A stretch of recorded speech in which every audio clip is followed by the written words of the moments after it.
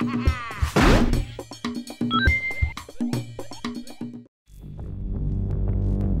Battlefield, you have epic and immersive gameplay across huge maps.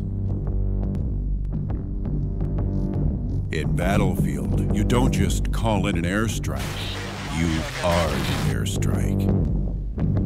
Battlefield has heart-pounding, epic audio. Oh, sorry about that. Wrong trailer. Where is it? Here it is. So we're back at the Easy Studios here in Stockholm, and we caught up with Pim, who's working on Battlefield Heroes. That's been around for a while now. Very successful game. Can you give us any sort of stats on how successful it is? Well, we've been around for a bit over 2.5 years, and we just passed the 10 million registration mark a few weeks ago. So I would say that kind of explains how successful we are right now. And well, people keep getting in, playing, registering. So yeah, we're doing good. And can you tell us a little bit how the game has evolved since the start, and how you will sort of continue developing it in the future? Yeah, as you said, the game's been around for a while, so what we're trying to add is kind of more richness and more uniqueness. And my plan is to kind of expand the Heroes universe, bring new maps, new outfits, new game modes. We released Capture the Flag a while ago, and we're doing map conversions for existing maps, implementing that game mode, and well, we got some other pretty cool stuff coming up as well.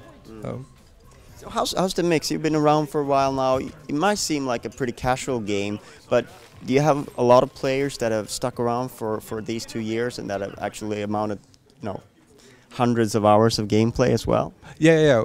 A lot of our initial players are still around, but the bulk of players right now are new ones. But well, considering the amount of players we got, so. But yeah, a lot of them have been around since the very beginning. So. What do you think is key to keeping players hooked on one play-for-free offering for a long time? What's the key to that? Well, I would say that keeping it fresh. It's like with any game. We've been around, as I said, for over 2.5 years, and some players keep coming back on a daily basis. If we don't keep evolving the game and adding content, adding things to the experience, they wouldn't come back. So yeah, that is. Yeah. And you mentioned Capture the Flag, that you've added that. In terms of maps, do you have anything new planned for the upcoming months? Yeah, we're working on 2 new maps, but I can't really tell you anything about that. But one, I think is really, both are pretty cool, but one is awesome. So. Are you looking to sort of change the whole sort of? Is it are there new styles of maps, or do you want to keep with what people are familiar with? Well, the graphic style and kind of the essence of the game will be the same. We've got what we call kind of the core hero experience, and that will always be the same, because that is it is the core. It's fun has always has to be in it. So and we're focusing on that and trying to expand it a bit. So Battlefield Heroes is a very different style game than any other Battlefield game out there.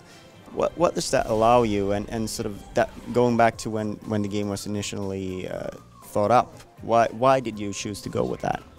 Well, I wasn't really around back in the days, but the idea was to actually use comedy in a shooter.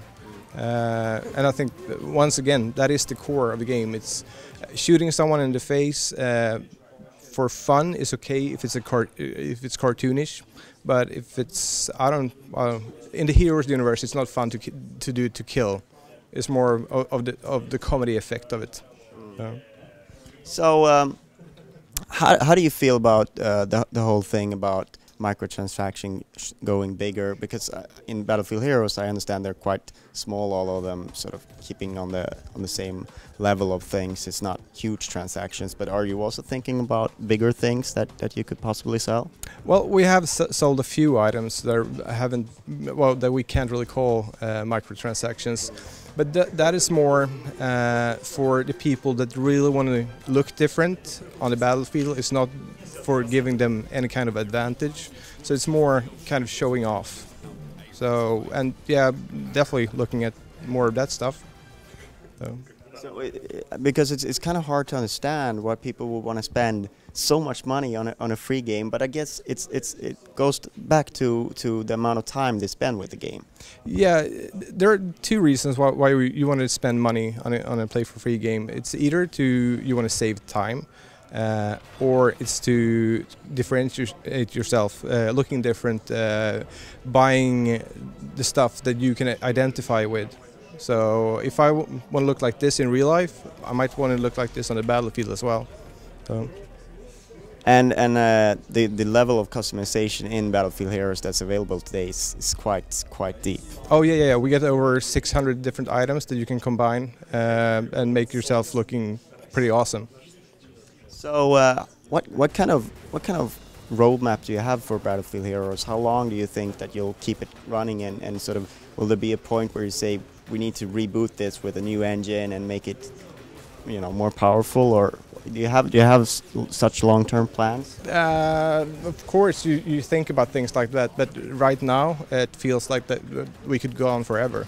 So as long as the players are enjoying it, we're gonna keep going. So. All right. Thank you very much for your time. Thank you. Now it's time to join the fight.